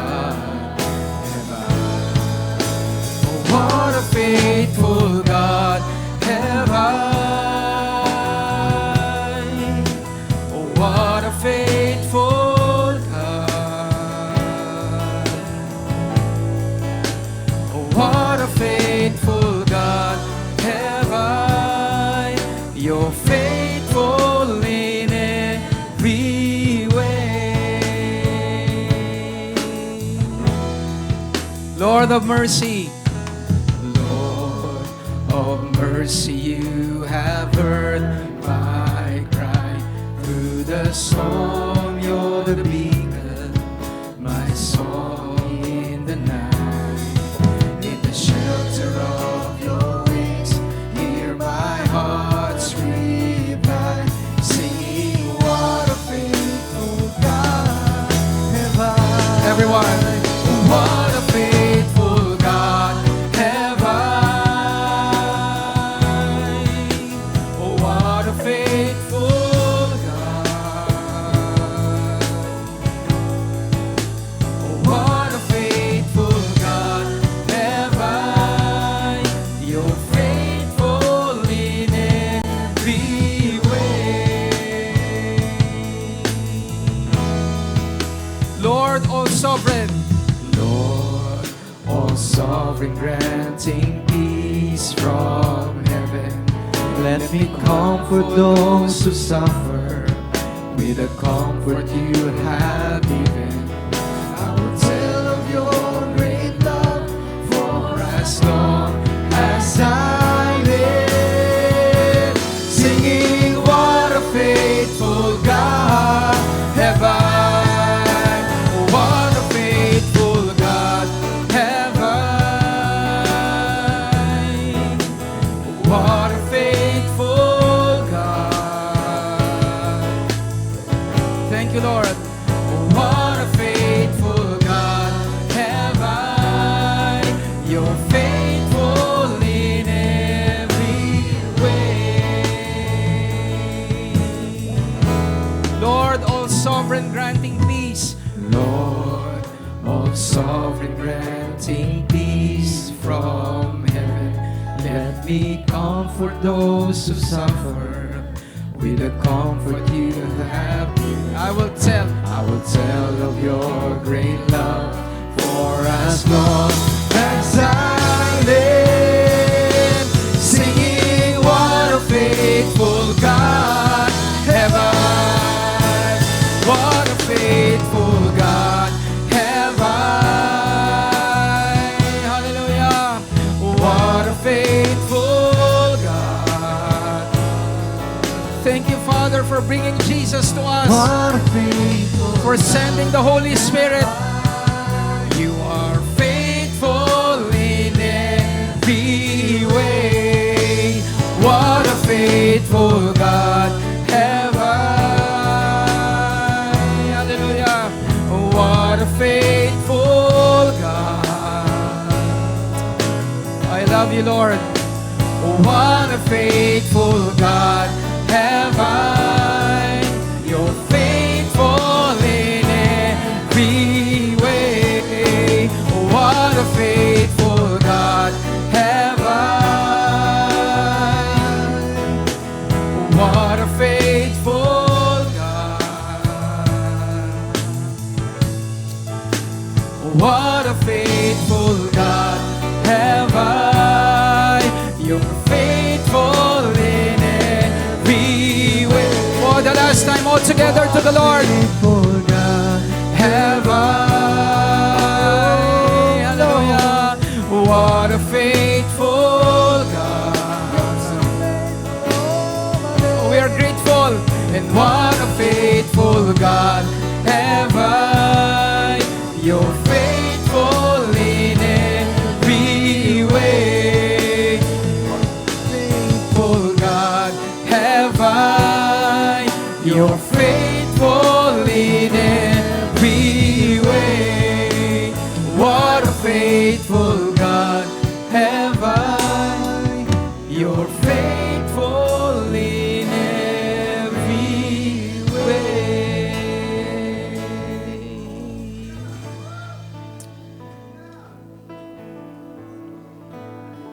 Thank you, Jesus. Thank you, Father.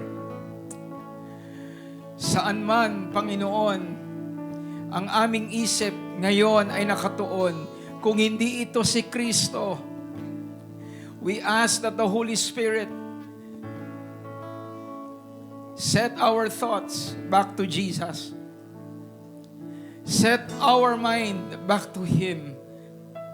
If we feel distracted by so many things, if we are living a life that is contrary sa peace na iyong ibinigay sa amin, it all boils down that we have forgotten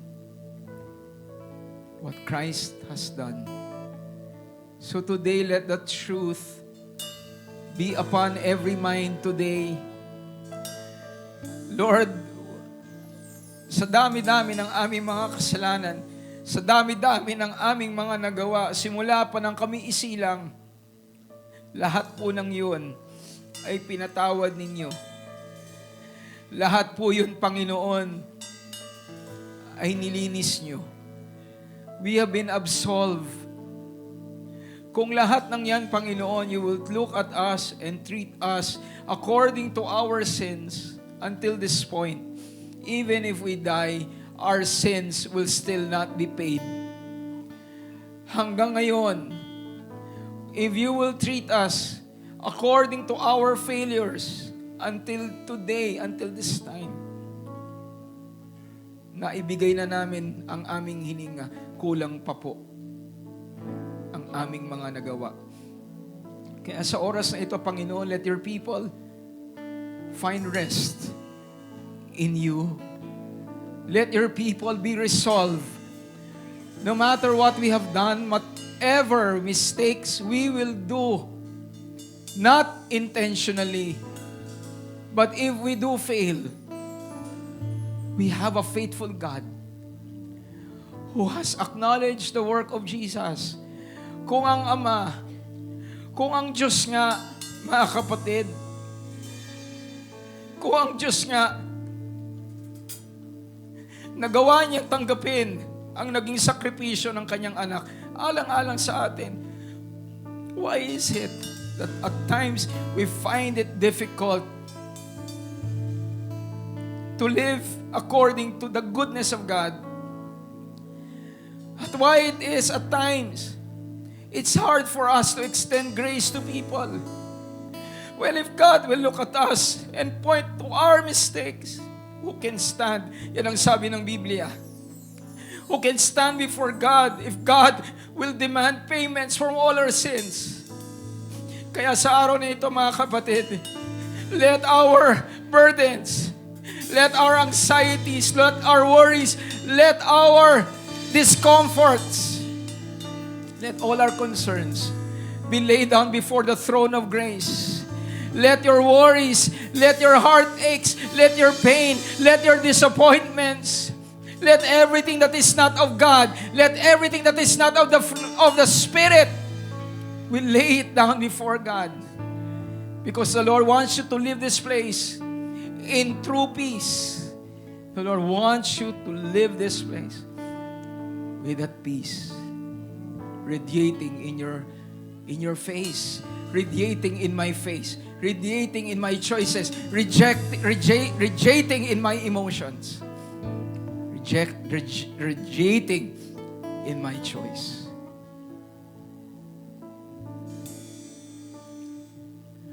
What a faithful God have I. What a faithful God. What a faithful God have I. You're faithful in every way. What a faithful God have I. Salamat po. What a faithful God.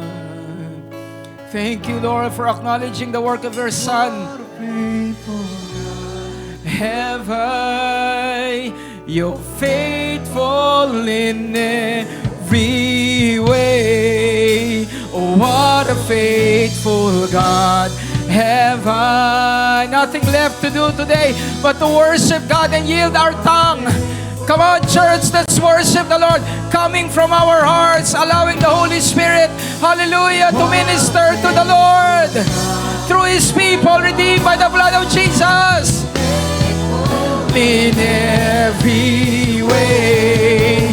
Oh, what a faithful God have I.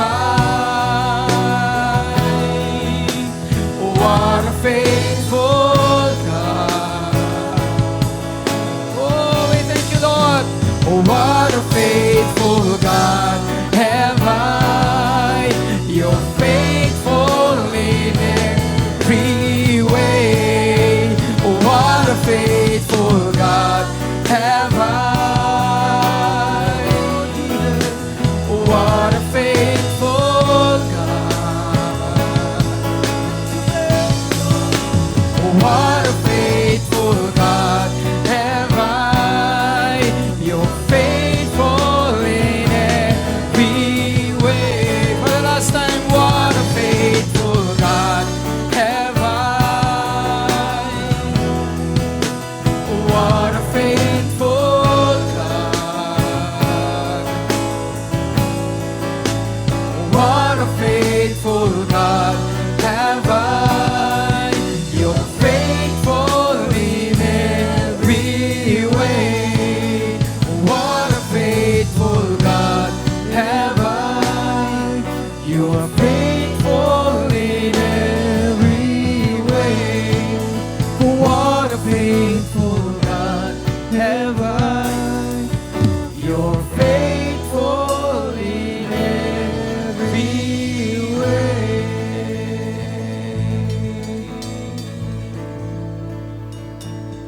Thank you, Jesus, for everything that you have accomplished for your people. Lord, renew thanksgiving. Renew in the hearts of your people, even if we're going through problems in our lives and struggles, Panginoon.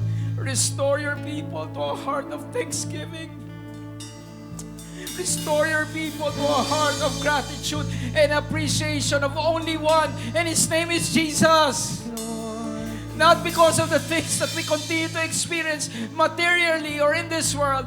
Let appreciation and thanksgiving, Lord, rise up from the hearts of your people, giving glory and honor to only one. His name is Jesus.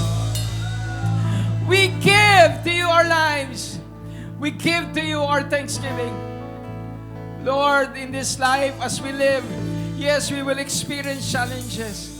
When we achieve and experience victory, there's another mountain to climb. There's another place to conquer for your glory and for your honor. So it's all going to be an ending while we live on earth.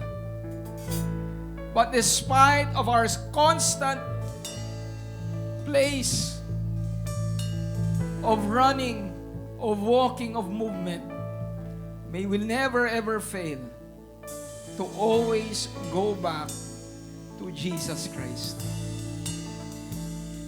That you, Lord Father, has committed to deal with us according to Jesus. Our confidence is on Him, Lord. Right now, as the Holy Spirit is moving, anyone who needs God's favor, lift up your hands right now.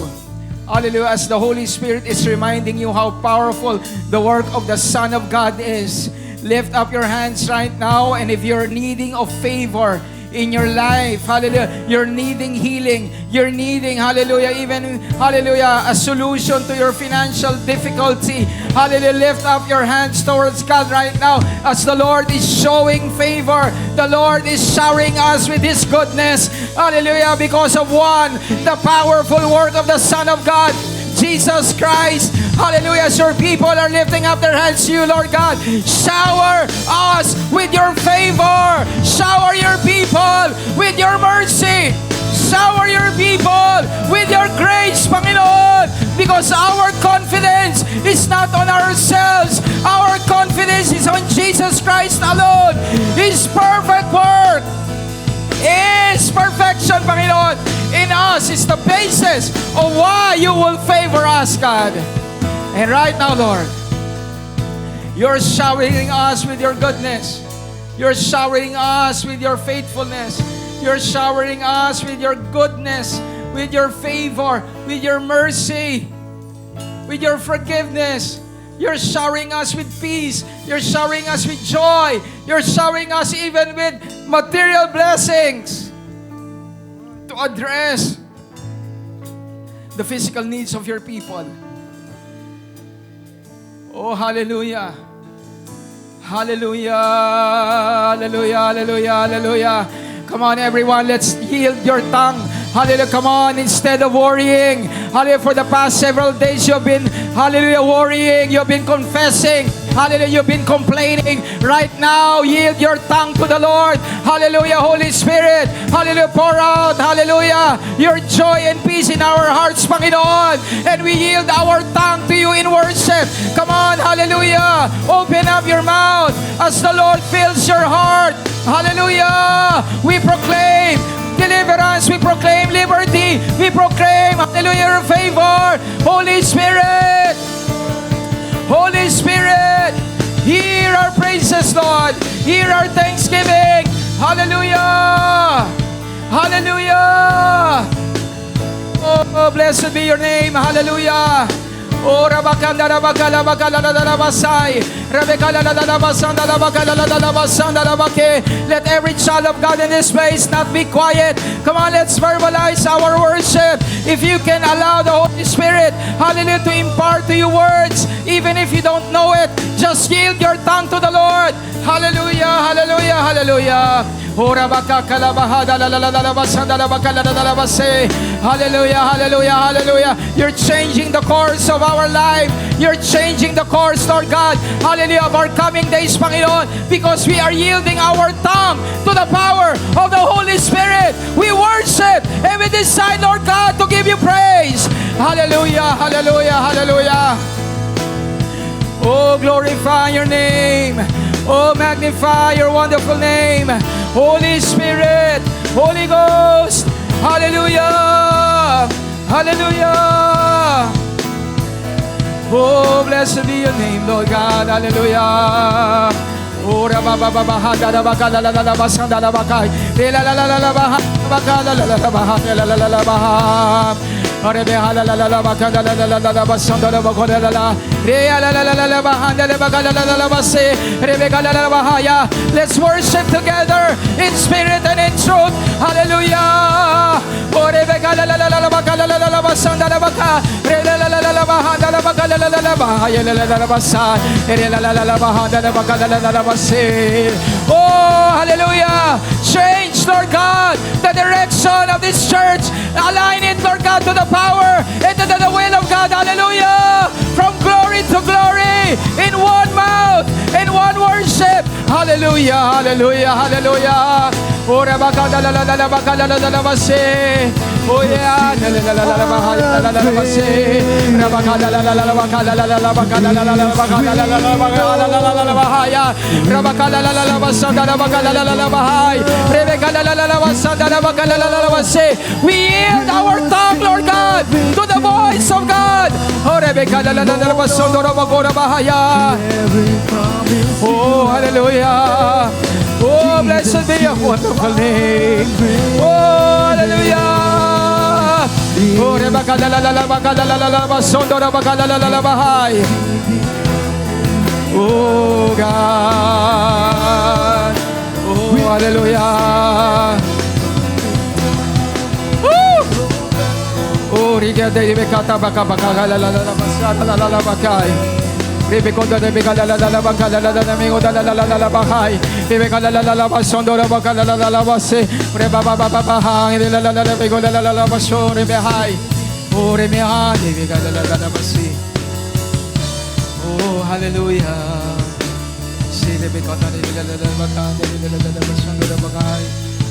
Oh, hallelujah.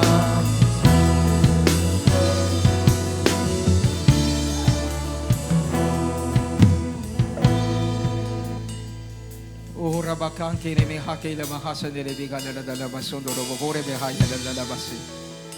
Sokore mi ande ni bigala la la bakando robo koshe la la basi.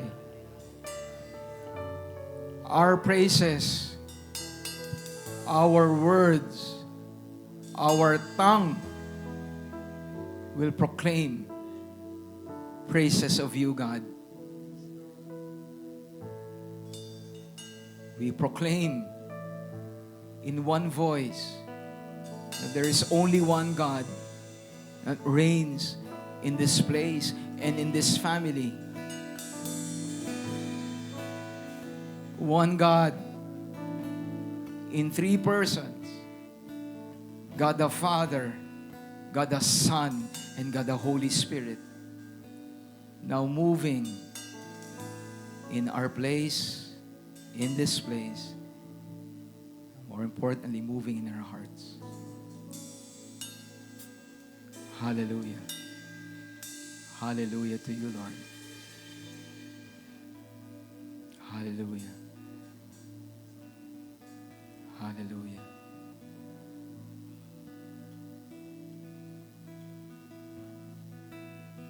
Thank you, Lord. Thank you, Jesus. Thank you, Holy Spirit, for acknowledging our hearts before you. Lord, as we part ways, we acknowledge your Lordship. We yield to you, Lord. You've done so much, Lord. We just remain fixed on that. Thank you, God. Thank you, Jesus. And even, Lord, in the coming days, as we are all gearing up for that special day on the 6th of September,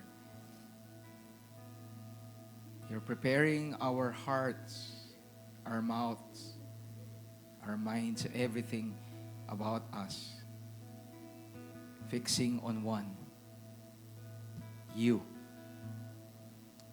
So thank you, God, for the victory, for the grace, the triumph, that everything is already settled in your eyes. Salamat po, Panginoon, sa umagang ito. And again, we ascribe all glory, all honor, thanksgiving to you, Lord.